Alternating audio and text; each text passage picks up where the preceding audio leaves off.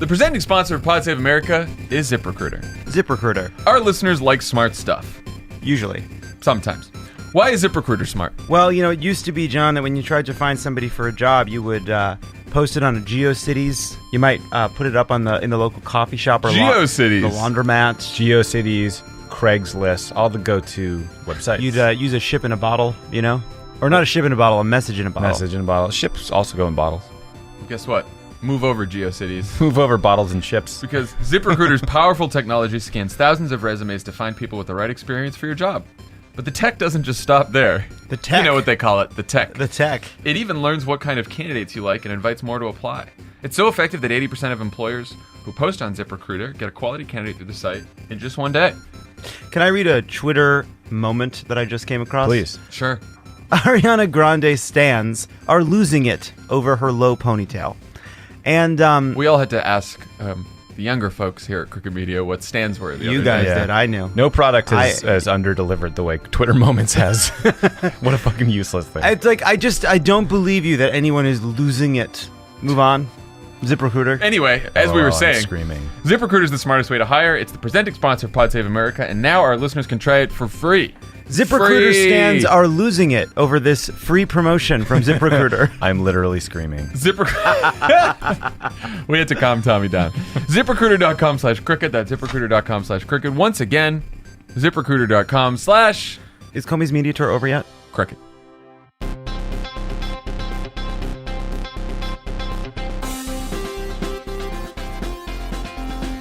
Welcome to Pod Save America. I'm Jon Favreau. I'm Dan Pfeiffer. On the pod today, we will be talking to organizer, activist, friend of the pod, Ady Barkan. Ady just launched a new project called Be a Hero, and he just came back from a few days of campaigning in Arizona, where there is another close special election in a deep red House district on Tuesday. So we'll be talking to him about all that and more. I also, announced a brand new podcast here at Crooked Media on Tuesday's show. I'm going to do a pod about the Democratic Party. And look, I think over the last couple of days, we fixed everything. This podcast is called Nothing is Wrong with the Democratic Party. It is perfect. Perfect. Anyone who says otherwise is a traitor. No, I mean, just to explain a little more, like, the reason that I wanted to do this is we have been all over the country in the last year. Live shows, marches, get out the vote events, and we've met all these activists and organizers and first-time voters and first-time candidates who are energized and excited, and they're mostly young and women and people of color, and it's so inspiring. And we also get, and you've gotten this too, we also get the same questions everywhere we go, which is, what should our message be? What issues should we focus on? Like, how do we avoid a repeat of 2016? And, we don't talk about that enough on this podcast. And the four of us don't have all the answers to those questions. So I thought, why not do a 15-episode limited series on the Democratic Party? It's about learning from our past mistakes and building for the future. And I talked to people about the Obama years. I talked to Hillary staffers like our friend Jen Palmieri and Bernie staffers like Becky Bond and Faz Shakir about 2016. I talked to Adam Serwer and Simone Sanders and Marsha Chatelain about race in America. I talked to Rebecca Traister and others about the challenges that women candidates face. I talked to leftists and liberal policy people about the economy and immigration activists and foreign policy experts. And I talked to everyone from the DNC chair, Tom Perez and Keith Ellison, to state party chairs, to first-time candidates like Danica Rome and Jennifer Carroll Foy about organizing and winning. And, I did a few focus groups, which was really fun. And then I figured, you know what? As a way to hear from even more people, I figured I'd ask everyone to call in and give their thoughts about the party. And I phrased the question, what's wrong and how do we fix it? Because we don't tend to learn a lot from only congratulating ourselves about what's going right. And I also think that we're confident enough as a party to engage in a little self-reflection. And here's the good news, Dan. Like 90% of the hundreds and hundreds of voicemails that we're getting are positive and constructive and hopeful about the future of the party. There's only a few profanities here and there. And it's really inspiring. It's really inspiring. And getting all these voicemails has been wonderful. And it makes me want to work even harder to kick the shit out of Republicans in November. So again, call in. And if you want to call in and say nothing's wrong with the party at all, we'd love to hear that too. That's totally okay. But, we want to hear from everyone and help us tell a story about a party that is finding its way out of the wilderness. That's what this podcast is about. So if you have thoughts, give us a call. Number is 949-667-4524 and leave a message. Yes. Can I say a couple things about this? Please do. One, can we just stipulate that Jon Favreau and everyone involved in this podcast believes the Democrats are a much better party than the Republicans. They have better ideals, better candidates, better people, better integrity, all of the above. Yeah. So it's not like some of the criticism has been that somehow you're ceding the argument that Republicans are better. That's not it. Clearly, about this a lot, we've been doing this fucking podcast for a year and a half now. Yeah. And I understand for people who may not have as much context as like all the people you've talked to, all the things you've worked on, people who just respond to the initial tweet, right, that Democrats are tired of getting kicked around. The party itself, if you're someone who has worked really hard for the Democratic Party for a long time, you've been under assault for a while. And not just from Republicans, but also from within our party, because there are some of the rhetoric on the Bernie election was about the state of the Democratic Party. And so there are raw nerves and people are upset about, but I think it's important to remember that this is largely about hosting a conversation about what is working in the party and what hasn't worked in the past and how we fix it in the future, because we are right on the issues. There are more Democratic-leaning voters than are Republican voters, yet Republicans control all levers of the government. Right. And that is something that should be examined and thought about. And so I think it's a very constructive, good thing, and I'm really glad you're doing it, and I'm glad you're the one who tweeted about it, not me. Yeah, I mean, look, there. Of course I know there are raw nerves on all sides of this debate. I guess my thought is you can either let that be and then say because there's raw nerves, no one's going to talk about it, and we're all just going to be in our own little silos and be upset about it and ignore the other people's opinions. Or you can say, all right, we're going to dive in and have a conversation about it. And the reason that I wanted to do it is because I was like, I hope we can have a conversation that is constructive and interesting and where people aren't like yelling all the time, but they're saying like, no, I believe that's wrong for this reason. And I realize that's way too much to hope on Twitter. But I'm thinking that through this and look, this podcast is not going to fix it. It's not going to fix all of our problems. And it's going to have a lot of shortcomings and failings on this podcast. I tried to talk to almost 100 people, but that's not going to be enough. There's other points of view that it's not going to capture. And so part of what I want to do when this actually comes out is have one episode come out, at the beginning of the week, and then sort of like field questions from people at the end of the week. So we constantly have more voices talking about this. And look, the segment of the criticism is from people who are like, and a lot of our friends in DC who are working really hard at the DNC and the DLCC and all these committees. I think they're thinking like, God, we're working really hard to get Democrats elected, and we don't need to be doing a bunch of navel gazing right now. Absolutely, we don't need to be doing a bunch of navel gazing. But I think as we're working to get these Democrats elected, as we're out there with the organizers and the activists and the people who are fighting every day, they need to know, and they're asking for, what is the message? What should we focus on? And if people in individual races and individual states and local communities can start sharing what they're doing right with other people in other places across the country, and we can get voters this information and listeners to this podcast information, then that's going to be helpful. I really believe that. So anyway, I think it should be great. Like I said, I think we fixed all the problems. Okay, quick update on the Trump crime syndicate. The President of the United States is now being compared to a mob boss by his own lawyers. Here's Jay Goldberg, new character in the story. Jay Goldberg, who represented Donald Trump back in the 90s and 2000s through his divorce proceedings, who now Trump has gone back to it for advice apparently recently. And here's Jay Goldberg talking to the Wall Street Journal about how he warned Trump that Michael Cohen might flip on him. Quote, "The mob was broken by Sammy the Bull Gravano caving in out of the prospect of a jail sentence."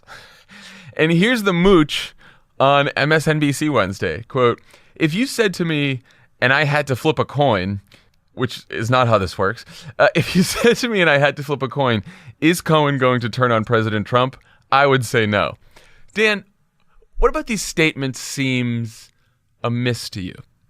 Well, it seems like Trump's closest supporters and friends and 10-day tenured communications directors all believe and just assume that Trump has committed many, many crimes. And the question isn't, were those crimes committed? The question is, will anyone tell the feds about those crimes, and then will Trump face any legal jeopardy? As opposed to another approach, which is just, let's pick a back of the envelope idea here, would be, I would encourage Michael Cohen to be fully forthcoming because I know Donald Trump did nothing wrong.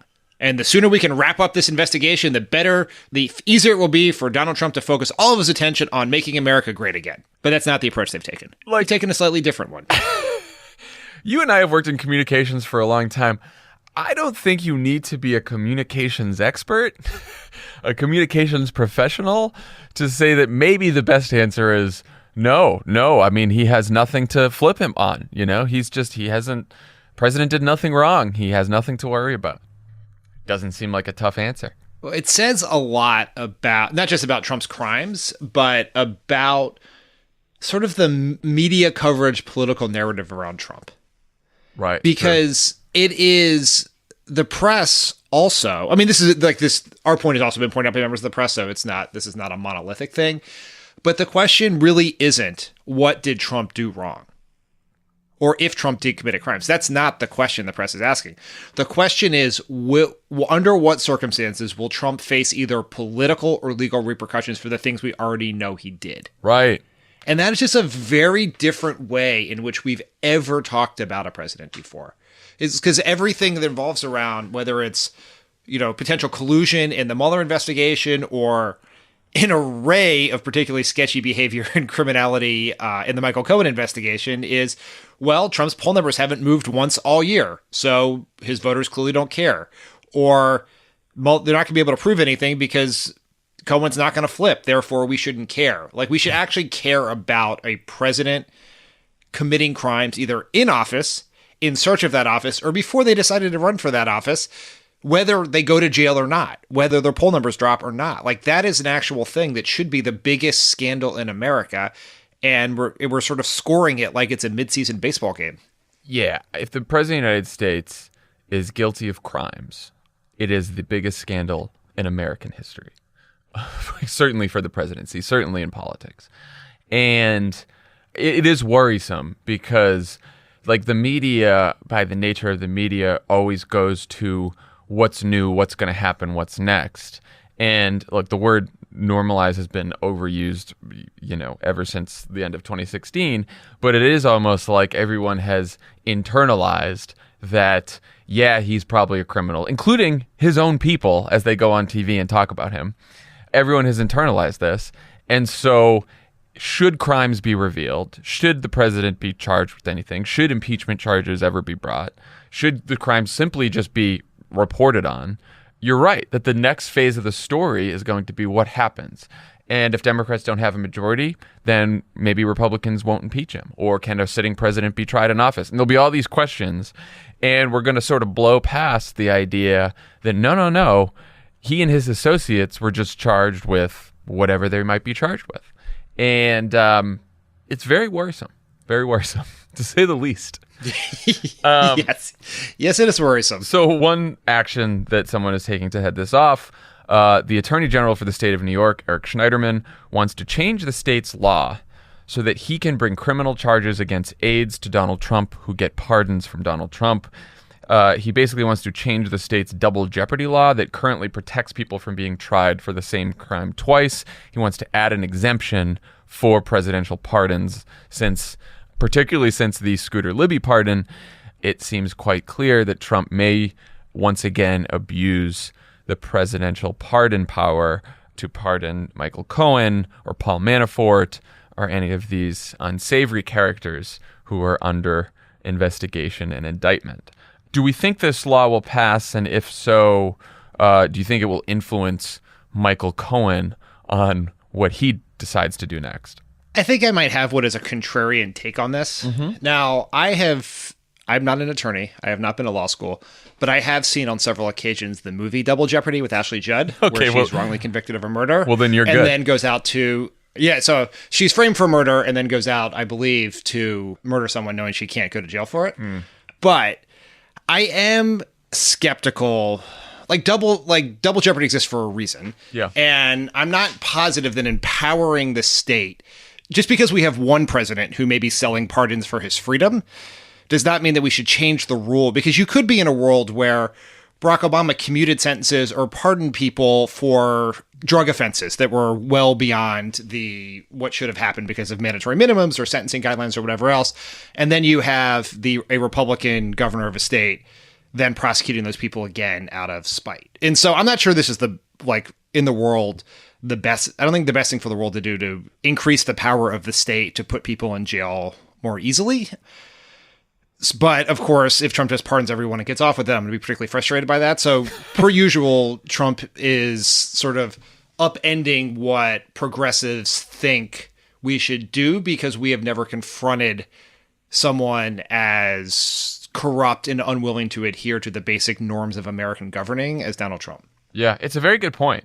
I would encourage all of our legal friends of the pod to please let us know what they think about that, because I don't know. You make a very good point about, future presidencies and pardons and what, AGs and state legislatures and particularly red states might do when a progressive president pardons a bunch of people and commute sentences. That's worrisome as well.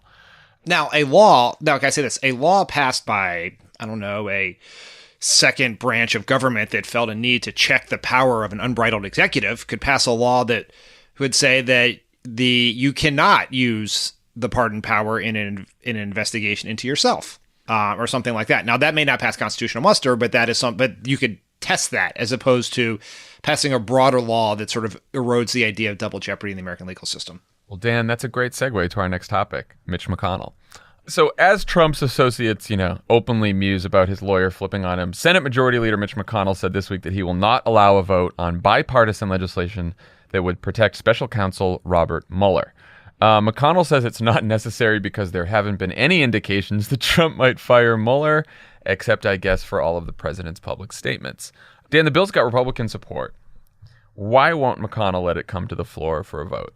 Well, in a weird display of heroism, Chuck Grassley said he was going to continue to move it through the Judiciary Committee, sort of throw the hot potato to Mitch McConnell. Now, we'll see if he actually follows through with that. McConnell has a pretty good way of getting Republican senators to bend the knee and do what he wants. So we'll see if it actually happens. But I found that to be an actually encouraging sign that you have some number of Republicans who are breaking with recent pattern and trying to do the right thing for the country. So kudos. I think this is all about 2018 Republican turnout, which is if Mitch McConnell will allow the Senate to pass a bill that is obviously going nowhere because Paul Ryan's certainly not doing anything. But if he were to allow the Republican Senate to pass a bill that was seen as pro law enforcement and anti-Trump, which are actually two sides of, they are actually opposite sides here, then you can see a world where the Trump voters in states like Indiana, North Dakota, Missouri, West Virginia, that the Republicans need to potentially flip to maintain control of the Senate, stay home.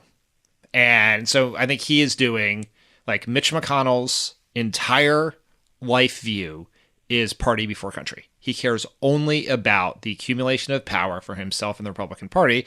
And so what is best for the Republican Party here in the short term, is to help aid and abet the criminality of Donald Trump. In the long term, you would probably say maybe doing the right thing would work out for you. But Mitch McConnell does not believe that doing the right thing is reason enough to do something. I think there's a good analogy, what Paul Ryan is to passing tax cuts and gutting Medicare at all costs. Mitch McConnell is to confirming right-wing judges. And that seems like he wants to control the Senate to continue confirming Trump's unqualified extremist judges and hopefully also put another one or two Supreme Court justices on the bench by the end of Trump's term. And he has decided that no amount of corruption, no amount of crimes from Donald Trump will stop him from doing that. And so he will do whatever it takes to cling to power and to hang on to a Republican majority in the Senate. And, he's pretty open about that. This is where we go back to our Paul Ryan, Mitch McConnell. Paul Ryan likes to like pretend he's a good guy and he like cares about poverty or whatever he cares about. Mitch McConnell's just like, he's out there saying, oh, putting Gorsuch on the bench and, blocking, stealing a Supreme Court seat. That's one of the proudest moments of my life. He just doesn't really give a shit. Yeah, he's really, really, really bad. Really bad. I just sometimes I feel bad because we attack Paul Ryan so much and we attack Donald Trump so much. We don't spend enough time on how purely evil Mitch McConnell is. He's not a great guy. Now, some good news on the Republican side of the Senate is, what you said about Chuck Grassley. Tom Tillis is a pretty conservative senator from North Carolina. He's one of the sponsors of this legislation. He's out there telling all of his conservative critics who are, Mark Meadows, one of the congressmen that runs the Freedom Caucus in the House, is one of them. He's from North Carolina as well. They're all complaining about Tom Tillis sponsoring this legislation. And Tillis is like, spare me. That was his quote. Spare me. Enough. He's like, I'm doing this. He's like, I know it's the right thing and it's not going to be popular, but I'm going to do it anyway. And he also said, Mitch McConnell controls the floor and controls which pieces of legislation come up for a vote in the Senate. But if there's enough of us Republican senators who vote for this bill, who say we want this bill, we think we can change his mind. We'll see. It didn't work so well on the fucking DREAM Act. But, good for him. Good for Chuck Grassley. Vote them all out still. But, they're right on this issue. But I think the bigger challenge for us is the only way these things are going to change is if Democrats take back the Senate. And we had some good news about this goal yesterday. There's a Quinnipiac poll out on Wednesday that has Beto O'Rourke down just 4 points to Ted Cruz, 47-43. The same poll found that 52% of Texans disapprove of Donald Trump's job performance in Texas. And I thought maybe one of the best statistics in the poll, Beto only has room to grow. 53% of the people polled have no opinion of Beto O'Rourke. They do not know him, and yet he is only down by 4 points. Dan, what did you think of this poll, and how much do we need Texas in the journey to take back the Senate? Well, we certainly need, if you think that, and none of this is a guarantee, that we need to flip 2 seats, and if you think that Arizona and Nevada are 2 the most likely, just given the who's running, the partisan spread of the state, etc. But we're also defending all of these seats in places like North Dakota, Indiana, Missouri, West Virginia, places that Trump won, in some cases by almost as many as 18 points. Yeah. And so we probably need a couple more other than the 2 flips, right? And so Tennessee is a very real option where former Governor Phil Bredesen is running, and Texas is another one. And there's something like Texas is a very hard state for a Democrat. There is no doubt about that. It is headed in the right direction, but this is a midterm and it's a Texas. But if there was ever a candidate who could sort of run ahead of the demographic change in Texas and flip it now, it would be Beto, because he's running the right kind of campaign against the right opponent in Ted Cruz to have a real shot to do this. But he will only have that shot if people try to help him to do it, whether it's give $5 if you have it, make calls for him. If you live in Texas, volunteer for his campaign. He is building a grassroots movement down there, and that's what it's going to take to win. So it's good to see this poll prove what we saw on the ground anecdotally when we were there a couple months ago and got to spend a little time with Beto. And we did 4 shows in Texas. Obviously, we had Beto with us in Austin, but in the other 3 shows, we mentioned his name.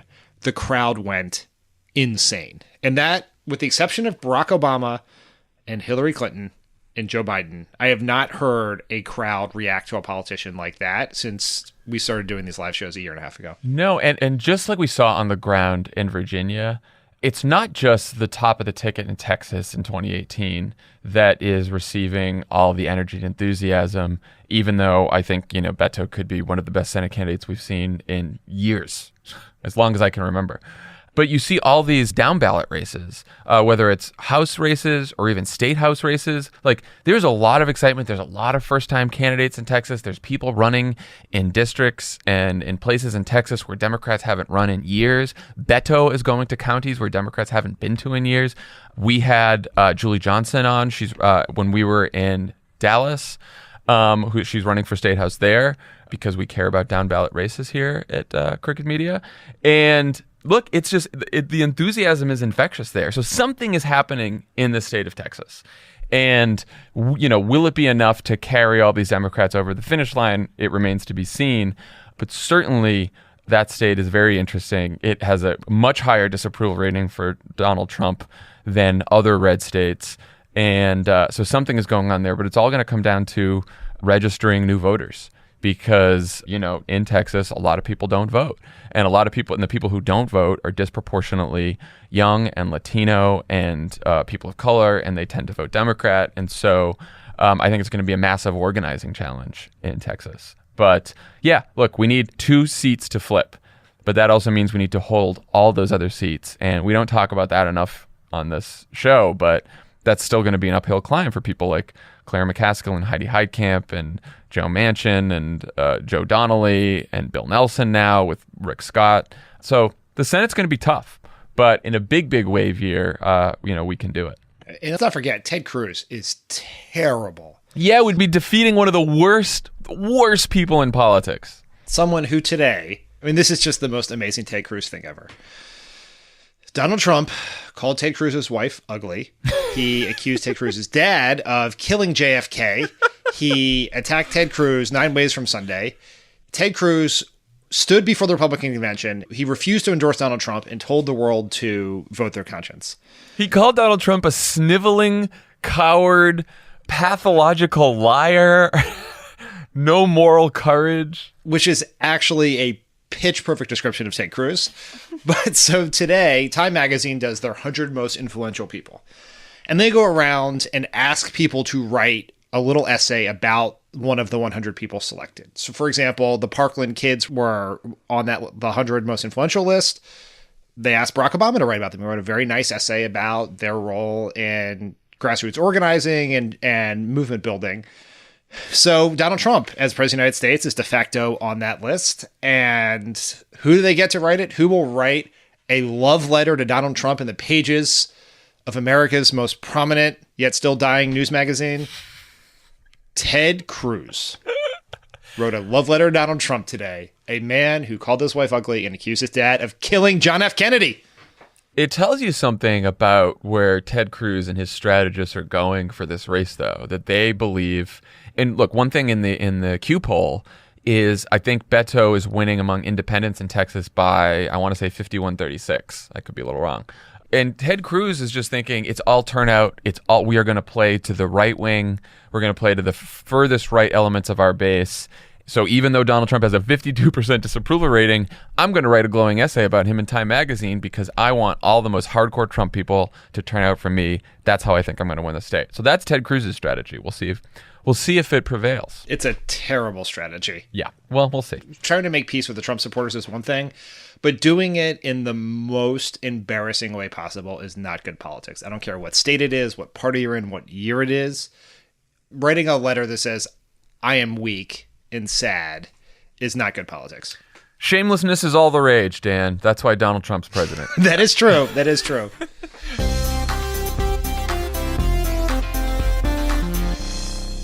Guys, good news. Pod Save America is brought to you by Tommy John. Tommy John, the 21st century clothing company famous for its unbelievably comfortable men's underwear and no wedgie guarantee. Wrap yourself in Tommy John. Have come out with their long-anticipated women's line. You spoke, love it, and they listened. I forget that women wear clothes under the clothes I see. We've been telling you all about Tommy John for some time now. They're the revolutionary clothing company that redefined comfort, blah, blah, blah. You know all that. I'm wearing Tommy John as we speak. But if you really think about it, women have had it just as bad, if not worse, than guys in the underwear department. So here's the thing about it. I was thinking about this. Heels seem absolutely terrible. As do things like stockings and pantyhose. They just seem brutal to me. However, a sundress on a hot day, can you beat it? I'm not sure you can. Not with pants. Pants are awful on a hot Not day. with even with shorts. So Tommy John reimagined women's underwear with the same patented designs and fabric technology that we've been telling you about right here on this podcast. Now our female listeners can finally enjoy the comfort you have to experience to believe. With Tommy John's luxuriously soft fabrics, there's no rolling, bunching, wedgies, or pilling. No wedgies or pilling. Jon Favreau, 2018. It is a quote from me former speechwriter. And it's all backed by the best pair she'll ever wear or its free guarantee. They just changed that. It used to be best pair he'll ever wear or its free guarantee. See? No, we get They it. built on it. I think it was worth hanging a lantern I thought on it was you'll ever wear. Listeners of all genders, stop picking at your ill-fitting underwear and instead pick the most comfortable pair on the planet. Tommy John. No adjustment needed. Don't pick your butt, pick Tommy John.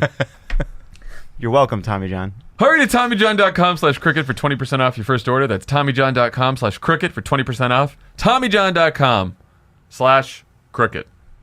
Pod Save America is brought to you by Squarespace. This is how we read Squarespace good one. ads. Squarespace. Squarespace makes beautiful products to help people with creative ideas succeed. Turn your cool idea into a new website. You can publish content, sell products and services, promote your business, and announce an upcoming project. Any way you want to showcase your work. John, you announced an upcoming project this week. I did. Wait, you ruined the vibe. I feel like we're on NPR. Yeah, make it with Squarespace. Squarespace empowers millions of people, from individuals and local artists to entrepreneurs shaping the world's most iconic businesses, to share their stories and create an impactful, stylish, and easy-to-manage online presence. Squarespace strives for excellence, with beautiful templates created by world-class designers, powerful e-commerce functionality that lets you sell anything online, and analytics that help you grow. This week on This American Life, the weirdest poops people have ever taken, and the stories behind them. The book is This is NPR, the first 40 years. I'm Cokie Roberts. We're back here in WKLPR What did he in Google? Philadelphia. I don't know. Cokie Roberts. I don't know if this is totally working. With 24/7 award-winning customer support, there's nothing to patch or upgrade ever. Check out squarespace.com/cricket for a free trial. And when you're ready to launch, use the offer code cricket to save 10% off your first purchase of a website or domain. As they always say, a dream is just a great idea that doesn't have a website yet. True. As we always say. You know? Time and time again. That is the most It is so tried and true. consumer-oriented language about dreams. Make it a reality with Squarespace. Guys, a friend of ours Who? is coming out with another book. Another Michelle friend Obama? of ours. Close. Sam Cass, former White House chef, one of our good friends, got a new book out, Eat a Little Better, Great Flavor, Good Health, Better World, and is on sale April 17th. Do you think it has the secret for being handsome? A few thoughts about Sam. The man knows how to cook. 1. 2. Best looking cue ball you've ever seen. Clean head hair. Great dimples.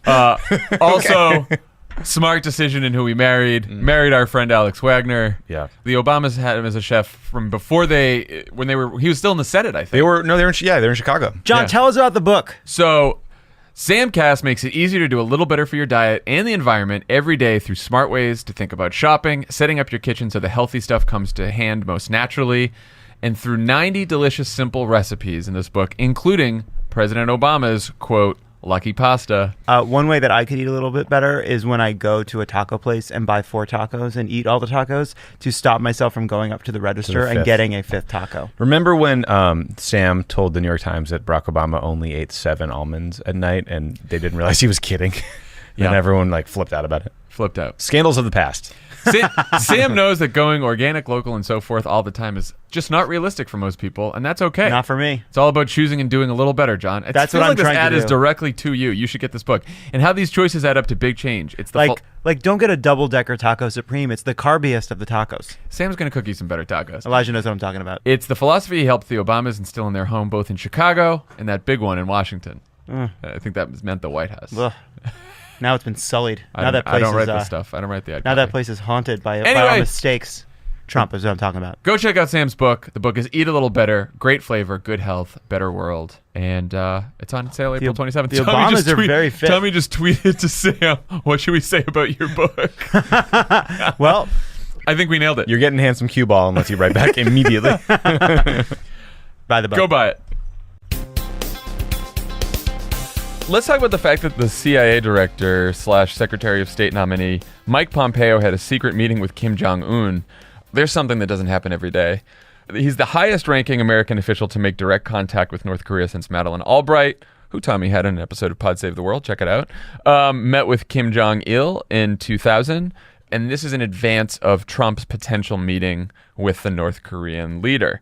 Dan, what did you think about this? I mean, honestly, it seems in the realm of all the awful shit going on, pretty positive. I think it's better to have done some prep work before the Trump meeting than not do any prep work at all before a high-level meeting like that. Like in the realm of if we were having normal politics and normal diplomacy, you would think this is good. But I don't know. What do you think? I think it's good. everything you say is right. It would be better if smart people were doing this. It would be better if there was a president who had a view of foreign policy that was more studied than whatever he thinks is going to get him the most plaudits on Fox and Friends. It would be great if they had a White House who could run a real process that brought input in from all the various parts of the government, whether it's the intel agencies or the diplomats or the military. Like, all would be much better off if we had smarter, better people running our government. But diplomacy is the right thing generally, and it's the right thing here. And we defended Barack Obama up and down when he wanted diplomatic relations with Cuba, with Iran, when he said in 2008 that he would meet with foreign leaders without preconditions. All of those things we believe then, and we should believe now. And I'd much rather have Trump meeting with Kim Jong Un than launching missiles at his head just because he's angry that day about the Mueller investigation. And so I think this is good. And it is, I mean, it really is Forrest Gump foreign policy, because he really just like stumbled into this by sending some tweets. And if it works, great. It's not because he's some sort of foreign policy genius. Sometimes you just show up and next thing you know, you're on the national table tennis team. Like it's pure happenstance. Even a blind mole. He did it. Yes, that's exactly broken right. clock. This is blah the blind blah squirrel. blah. Blind squirrel farm. Yeah. Yeah. So I think it's good. You know, we have a long way to go before this meeting actually happens, whether you actually get to some sort of agreement. This does play into, and this is really something that I know Tommy's talked a lot about, but this really intersects in a way that I'm sure Trump has not thought about with the Iran deal. Because if the United States is going to come to an agreement with Iran and then basically just 2 years later cancel it for some sort of fake reason, then what incentive would North Korea have to do a similar deal with the United States? And so we'll see if they can figure out that complexity. But, you know, Bob Corker said the other day that Trump was going to cancel the Iran deal. And so very worrisome. It's that, which is worrisome in and of itself. And it's worrisome for what progress we might be able to make with North Korea. And we should tell people, you know, he cancels the Iran deal. The only thing that does is allows Iran to go back to building nuclear weapons. That's it. Just make sure there's no more international inspectors in Iran, and they can just go back to secretly kicking out the rest of the world and building their nuclear arsenal. And that's what it does. That's all that ripping up the Iran deal does. Now, I think back to North Korea, the other worrisome thing is once you have a meeting between two heads of state, like Donald Trump and Kim Jong Un, and you go to that level, if diplomacy fails after that meeting, the next stage is often war. And that's worrisome because, again, you know, Donald Trump's skills as a negotiator, well, stuff of legend, have not quite been realized since he's become president of the United States and made just about zero deals. So that's something to worry about. Now, let's talk about whether Pompeo should be confirmed. I think it's great that he went to North Korea in advance of a Donald Trump meeting. I do not think he should be Secretary of State. He was one of the leading Benghazi conspiracy theorists. He supports torture. He supports regime change in Iran and ending the Iran deal. We just talked about that. He's lied already. He's contradicted the entire intelligence community on their assessments of whether Russia interfered in the election. And then he had to have his own CIA correct him for lying about that. So I don't think he'll be a great Secretary of State, Dan. What do you think?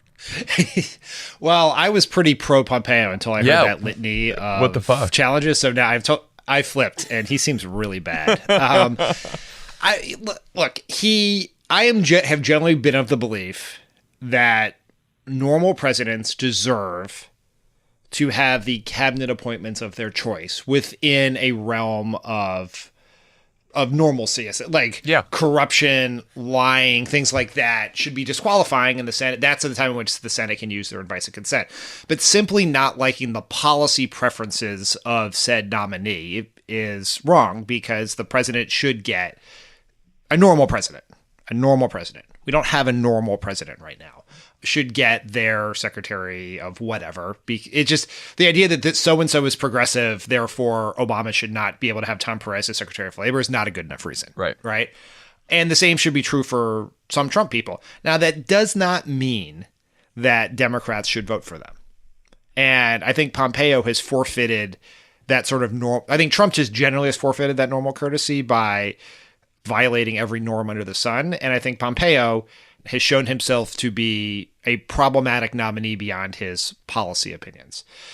Now, with all things with Trump, you worry about what comes next, right? So let's say Pompeo gets defeated, which is possible. If all the Democrats were to vote no, then Pompeo will go down. That's right. If one Democrat votes for him, he's Secretary of State. If 0 Democrats vote for him, he's not. That's basically where the vote count is. Yeah, and who do we get after that? This is not a reason to vote for him. It's more just like a thought experiment. Yeah, no, yeah. Like Trump, it's like, who is the next? Immediate promotion for John Bolton. Yeah, or Newt Gingrich, right? Like something crazy. I mean, what most likely happens is we have some sort of acting deputy. We have some sort of acting Secretary of State through the midterms, is what probably happens. Yeah. I think Democrats should defeat him. You have the opportunity to do so. It is the right, first off, it's the right thing to do. This man should not be Secretary of State. And I will say too, like, I talked about how he's for regime change in Iran, ending the Iran deal. I think in a normal administration, those should not be disqualifying because those are policy differences, right? It's like you were saying, a president gets to nominate people who reflect his policies or her policies. I do think supporting torture, lying about the intelligence community assessment, promoting Benghazi conspiracy theories, those are things that go beyond just policy difference. Supporting torture is not a policy difference. It is supporting something that is against the law, against international law, So I think that sort of did it for me. Yeah. I mean, across the board, the way he has responded to questions about Trump putting his thumb on the scale on the Russia investigation should in and of itself mean he should not be Secretary of State. Yeah. And Democrats should defeat him. And I know I've been in politics for a while now, and I know there are consultants. People should do what they think is right. Mm-hmm. But let's just do the politics for a second, right? If some moderate Democratic senator knows Mike Pompeo and truly believes he would be a quality Secretary of State, then vote your conscience, I guess. I find that hard to imagine that someone would look at the facts on the table and believe that. But if you're doing the politics, the downside, just pure politics, if you're doing the downsides of voting against Trump's Secretary of State are quite small. Because the political strategy of appeasement does not work. Yeah. And so if you think if I vote for him, they're not gonna say I'm obstructing Trump's agenda, then you're being incredibly naive about politics, not just in 2018, but in politics of the last 30 years in dealing with Republicans. Yeah, find me the voter in Missouri or West Virginia or Indiana or any of these places who's looking at a Democratic candidate and is like, I think you're just too partisan and you're too liberal. You have all these crazy liberal ideas and blah, blah, blah. And then the Democratic candidate says, but wait, I voted for Mike Pompeo as Secretary of State and gave Donald Trump as Secretary of State. And then that voter says, oh my God, I'm with you. I'm going to the polls. I'm voting for you. Find me that voter. I would like the consultants who are advising our friends in the Senate to find me those voters, and I will change my mind. You're either going to be the senator who approved Pompeo or defeated Pompeo. And in an election where your election depends entirely on particularly in a red state, of all of these first-time voters, people who are engaging in politics because they are so upset by the election of Trump and have been, sort of awakened from their slumber. You need those people to vote. And if you look like you're rubber stamping Trump's nominee out of political expediency, people are not going to come out to vote for you. The Trump voters are still going to vote against you. And the Democrats who you need to knock on doors, make calls for you, donate $5 and show up to vote are going to be less likely to do so because it's not going to, what's the difference to them if they feel that it's just a lesser shade of who the Republican alternative? So do the right thing here. But I think to me, I understand the thinking, because I've seen it for years and years and years, that would lead people to think the right political thing to do is vote for Pompeo. I think that thinking is outdated and shows an inability to have learned lessons in the most recent elections. Absolutely. Okay, when we come back, we will talk to activist and friend of the pod, Ady Barkan.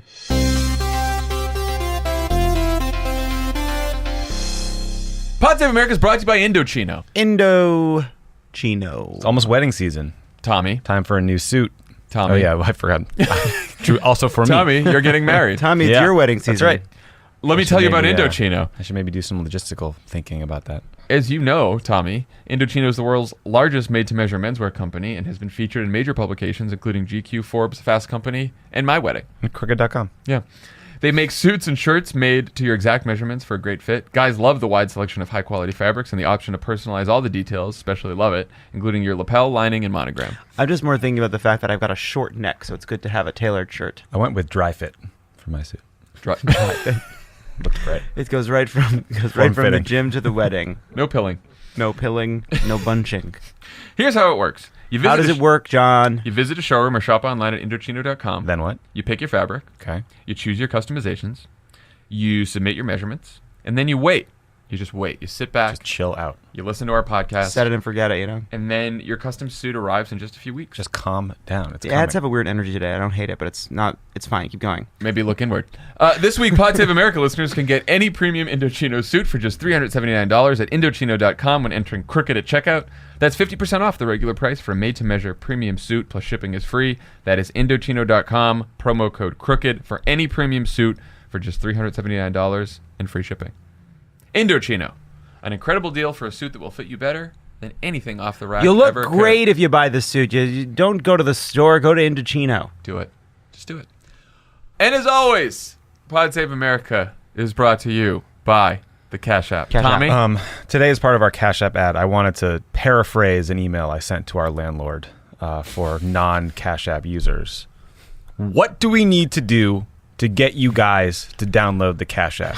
Do we need to go public with the problem? Do we need to take our complaint to a legal action? Help me understand so that I can do it. What do we need to do to get you in the Cash App? Take the Cash App out of that email. Put in some mice. Put in some facts. Put in some crazy facts about our current office. Facts that you would find crazy. Is the door working? I don't know. Is the air conditioning? Not really. Pipe burst 72 hours ago. Still not Are there fixed. animals that eat all of our food when we're not here? Maybe.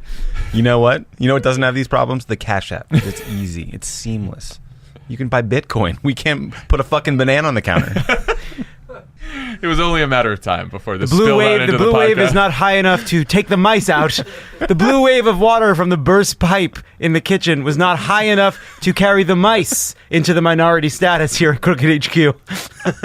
If you are our new landlord listening, please sign the contract as fast as possible. Dude, we need to get out of here. We'll Cash App you. I paid Spencer $5 to watch a movie I wanted to watch. We're ready to move. I pay my friends to hang out. I'll pay a landlord to We'll let pay us you in in earlier. Bitcoin. You can do that on the Cash App. We'll pay you with anything. We're packing the boxes. Please. We're out of here. Please, let we'll us leave out. tomorrow. Let us out. What does it take to put us in your new building? What does it take to get you in the Cash App? $5 to you. Use the code PODSAVE. $5 to Moms Demand Action. Crooked demands a new office. Also, Anyway, download the Cash App. It's great. We it's love a really it. great product. Cash App. Pod Cash App. Save.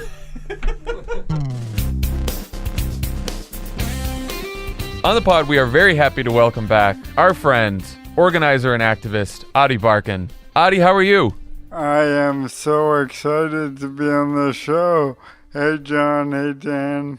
Well, we're going to ask you a few questions, but then just like last time, you can ask us a few questions. I'm looking forward to it. The Twitterverse has given me some good ones. I saw that. So, Ady, tell us about Be a Hero, why you launched it, and what the goal is. Of course. So, Be a Hero is a new campaign that we launched this week, urging Americans all around the country to stand up for themselves and their family and their community and be heroes as active and engaged members of our democracy. When I went to D.C. in December to try to stop the tax bill, I asked Jeff Flake and Susan Collins to be heroes, vote in support of their constituents' interests. They refused. They voted with K Street and Wall Street, and have threatened and taken away the health care of millions of people in order to enrich the billionaire class. And so clearly, moral suasion and emotional pleas and policy logic, none of that works. So now we have to vote them out of office. So along with amazing progressive leaders from across the movement, we're launching Be a Hero. You can visit our website, beaherofund.com, and check it out. We're asking people to pledge to vote in November, and then we're going to ask them to get 5 friends to pledge to vote, to give a small dollar contribution so that we can mobilize voters and share powerful stories about why this election matters. You know, I'm a lawyer, I'm a policy wonk, you guys are wonks, but the truth is, people vote based on emotion and narrative and anecdote. So the other component of this effort is trying to use my story and the story of people like me who are being harmed by the tax bill and the Republican agenda to tell a story to the American people about why they should vote in November, why we need presidential year turnout in this midterm, even though Barack and Bernie and Hillary aren't on the ballot. So that's kind of the summary, John.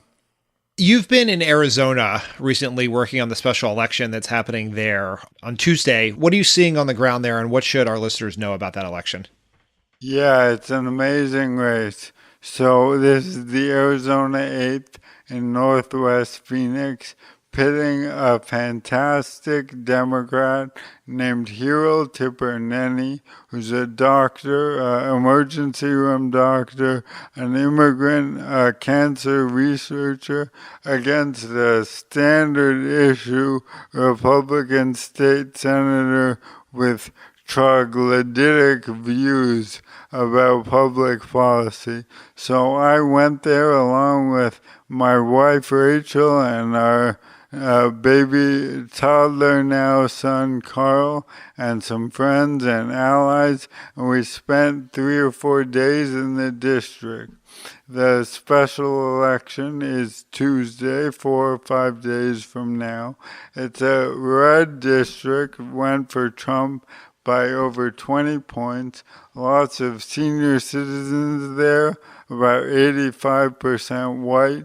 But the truth is, they are very worried about losing their health care. I went to a Parkinson's group meeting and spoke to the seniors there, and I heard powerful stories about how Medicare and Medicaid and Social Security are keeping them alive, allowing them to have dignified, meaningful lives in spite of their disease and their age. And I also spoke to the Republican candidate, Debbie Lesko. I went up to her just like I went up to Jeff Flake, and I asked her, why are you supporting cutting Medicare and Medicaid? She said, I'm not. It's the Democrats who cut Medicare in the ACA. I'm not in favor of that. I said, Paul Ryan and the Republicans, that's your agenda. She said, no, it's not. And we have all this on film. You can see it on my Twitter page. And I said, you know, Debbie, it's really, or maybe I said, Senator, it's really concerning that you don't even know the central legislative objectives of your party and how much it's going to harm the seniors in your district. So right now, this race is shockingly competitive. With a few days left, we've seen polls coming out showing Hero in the lead, showing Debbie Lasko a little bit in the lead. It's neck and neck. And the question is, will people turn out on Tuesday to protect their health care and their family's health care? And here's what's really exciting.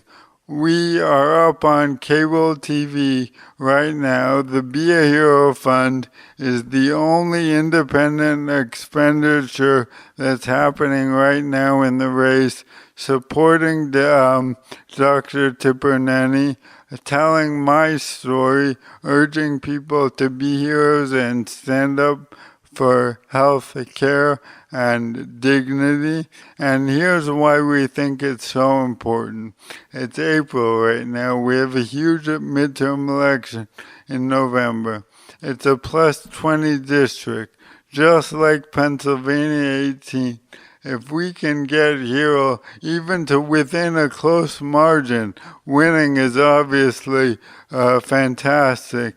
But even if we can make it really close, what we'll see is more Republican retirements around the country, like Paul Ryan, more Republicans needing to spend money playing defense in red seats, more small dollar enthusiasm from the Democrats.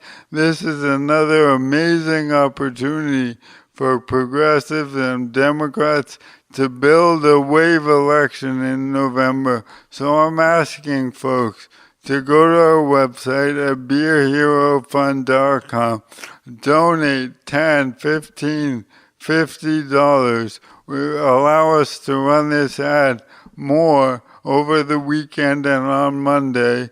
By the end of Sunday, midnight, if you donate, we can still get that money up on the air.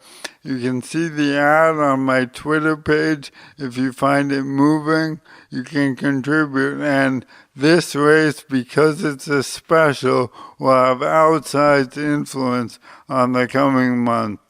Ady, there's a good amount moving at the state level on healthcare right now. Virginia's House of Delegates has moved to expand Medicaid, finally. The state Senate is considering a bill there. Organizers have ballot initiatives in motion in Utah, Nebraska, Idaho to expand Medicaid. What is your sense of how important an issue healthcare is to the voters and to the people on the ground that you're talking to, and how important the issue will be in this race in 2018? So the polling shows that healthcare is the number one issue. Mueller in Russia, more than jobs and the economy, more than rent and housing affordability. Folks are worried about their access to health care. And no wonder, right? They're paying attention. The Republican Party prioritized 2 bills at the federal level in 2017. One to destroy the healthcare system in America. We beat that back. And the other to enrich the billionaires by taking away healthcare from struggling families and destabilize the insurance market. And that one passed because folks like Susan Collins were beholden to their donors. So voters see that, they're worried about it, and it's a voting matter for them. That's why this Arizona race is the perfect distillation of these issues. We have an amazing, brilliant doctor running on a progressive platform, including Medicare buy-in for all, and she really understands the system. And I was there listening to how she answered questions in front of the Chamber of Commerce, a hostile environment in a red district, and she was defending a very bold progressive agenda and doing it in ways that appeals to the business owners and the conservatives and the senior citizens who she was talking to. So she's a A-plus candidate, and she's running against someone who either doesn't know that her party's agenda is to unravel our health insurance system or is too dishonest to admit it. So this race captures everything perfectly. Oh, and as I said, it's in a district with tons of senior citizens for whom this is the number one issue. So it's a crucial race, and it's by winning this race or even making it tight, we can highlight for the whole country leading up to November why healthcare is the winning issue for Democrats. All right, Ady, you have any questions for us? I do.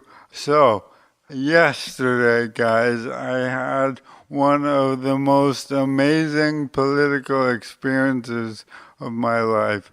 I went down to the Georgia 8th District, and it's rural Georgia, where Richard Dean Winfield is running on a robust agenda of including a federal jobs guarantee, a high minimum wage tied to productivity, free child care and elder care, and we went door to door in a white trailer park in rural Georgia in a black public housing complex, and I've never seen such impressive responses at the doors. And people didn't say, wait, how are you going to pay for the jobs guarantee? Or how are you going to convince Republicans to support it? They just liked the idea that everyone who wants to work should get to work, and that minimum wage should allow people to support and raise a family with dignity. And as you may know, Senator Gillibrand in New York has recently come out for a jobs guarantee. So my question to you guys is, what do you think about it? And how do you think we could build political support for it over the next couple of years, so that if we in fact have landslides in 2018 and 2020, we might be able to even enact it in 2021. I love the idea. I think a jobs guarantee is fantastic. I've been doing this other podcast about the future of the Democratic Party, Ady, and one of the episodes is about the economy and economic policy, and I talked to a whole bunch of people about, what are some of the big ideas for Democrats to run on in 18 and 20. And I had a lot of people from across the spectrum, the left side of the spectrum, from, folks at CAP, folks further on the left, who all talked about a jobs guarantee is probably one of the biggest, boldest ideas that we could put out there. And there's so much work that needs to be done. And especially, as you know, right, there's work that needs to be done in growing sectors like healthcare and education. And, a lot of people are talking about universal basic income. And I always think that universal basic income could work in tandem with a jobs guarantee. But for a lot of people, it's even more important that they have work, that they have some sense of dignity that work provides. And because we have so much work that needs to be done in this country, from infrastructure to healthcare to education, this really could make a huge difference in people's lives. Dan, what do you think about the political support? I'll let you answer that one. Look, first, I think it's a really good idea and one that should be explored. As a party in a country, frankly, the economy has changed, and yet our economic solutions have stayed the same for basically decades now. And we need to address the fact that so many of the sort of what used to make up the core jobs that would give you a middle-class life don't exist either through globalization or automation, et cetera. The politics are like, who knows how the politics are, and we probably shouldn't care. What we need to do is talk about it and run on it. And if we do that, you have to go make a case to the country. And so you need people who believe in it to run on it. And like what I know will not work is for Democrats to secretly be for a federal jobs guarantee and then win a landslide election and then decide they want to implement a federal jobs guarantee. You have to create a political context for it. And I think the experience that you had in that district in Georgia speaks to the possibilities for a bold populist economic agenda for the party, of which this could really be a piece. But we're only going to get it done if we make a real case for it and convince the American people that it's the right thing to do. And that happens by running on it. Yeah, and I'll just add from a message and communications point of view, like what I like about a jobs guarantee is similar to what I like about Medicare for all, which is there's a simplicity and elegance to it, where so many times Democrats go out there in a campaign, they say, I'm for jobs. And they say, okay, what's your jobs plan? And they say, well, I have tax credits for this, and I have an infrastructure plan over here, and I've got some skills training over here, and you end up with a laundry list of policies. And if you can go out there and say, my jobs plan is to guarantee that every single person in this country who wants to work can find a job. And there's going to be a jobs guarantee, and we're going to put the federal government behind the idea that every single person is guaranteed work if they want work in this country, and that every single person is guaranteed health care if they want health care in this country. When Democrats can go out there and say things like that are simple and elegant and powerful, I actually think, like Dan said, the politics sort of catch up later, because those messages are compelling, not just, as you found out in Georgia, to liberal Democrats, but to people in deep red states. You guys are making me emotional with your response. I mean, because to me, the prospect of putting this on the agenda and making it real, I mean, it's really transformative. Can I take a minute to make the case beyond what you said, Jon, for how this can transform American economy Yes, and please. society? Please. If everybody has a job because they know that the government is there to give them a job raising kids or building bridges, installing public art, then it means the following. Number one, you don't have to be afraid of your boss when he's grabbing you or making sexual comments. And you can complain and stand up for yourself and not be afraid of retaliation, because there's a $20 an hour job waiting for you if you get fired or quit. That's a great point. Number two, you don't have, it reduces the impact of racial discrimination for the same reason. Number three, it empowers workers to form unions and act collectively for the same reason. Unemployment, and forgive me here, guys, but unemployment, Karl Marx taught us, is the pool of surplus labor that the employers can wait and use in order to drive down wages and reduce working conditions. Because workers know that they're at risk of being unemployed if they ask for a raise. But if there's no unemployment, then all of the power shifts and workers can stand up for themselves.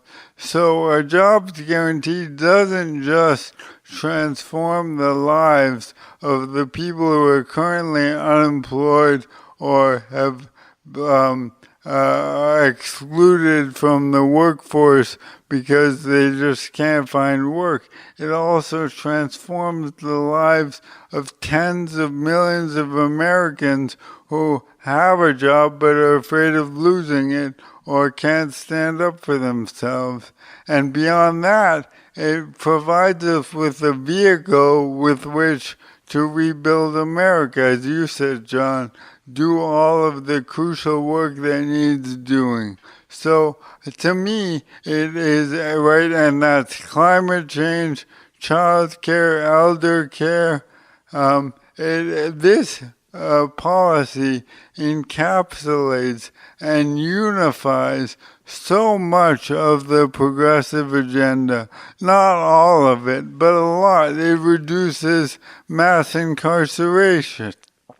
It targets racial inequality directly by helping eliminate the underclass of long-term unemployed and distressed workers in black and brown communities. So I think we could run on this as a national party in 2020. And Dan, to shift to your part of the answer, on the question of the politics, I think what you said is wonderful. You have to put it on the table and run on it, and that's how you shift the public discussion. Look at Medicare for all. For 20 years, it was consigned to only lefties. And then Bernie Sanders put it on the table, and now it's becoming almost the consensus opinion of the Democratic Party. And the right-wing opinion among Democrats is Medicare buy-in. And I think a good jobs guarantee can do the same thing. And we have an opportunity in the next month to make huge strides on that. So I just want to highlight Richard Dean Winfield is a brilliant professor running on this agenda. He's a white man who's putting race and racial inequality at the center of his agenda. I saw him work the doors.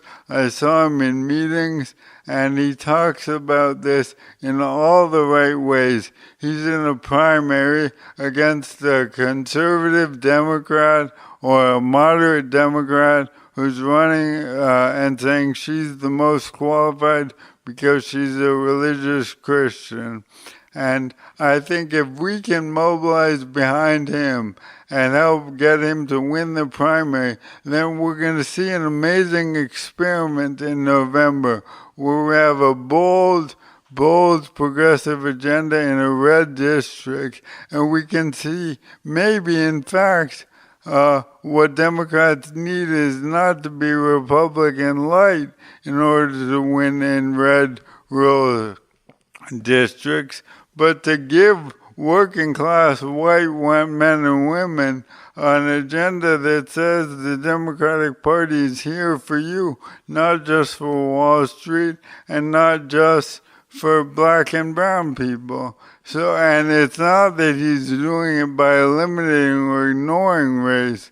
He's combining race and class into one comprehensive message. So in addition to supporting Hero, I urge in Arizona, I really urge your listeners, go to Richard Dean Winfield's website and throw him $25. He'll use it so well in the next month, and if he puts this on the agenda, and then Gillibrand and Sanders and Warren run on this leading up to 2020, we could be looking at a transformative moment when we have an agenda, unlike in 2009 when we weren't unified behind more than health care, and we can really take advantage of the opportunity. Let me end on an emotional note. It's now April 2018. By April 2021, 3 years from now, it's going to be almost surely impossible for me to be a guest on this podcast. But if I'm still alive and I can watch the Democratic Party move a guaranteed jobs agenda through Congress and to the White House, I will die a very happy man. So I'm asking your listeners to be heroes and support this movement for me and for your families. Well, if that happens, Ady, you will be one of the reasons it did. So thank you so much, and keep up the work. You inspire us all, Ady. We appreciate it. Well, I thank you so much. It's so great that you guys are using your huge platform to advocate for such a bold agenda and a brave political agenda for the Democrats and the movement. So I'm honored to be in partnership with you, and I look forward to talking to you soon. Take care, buddy.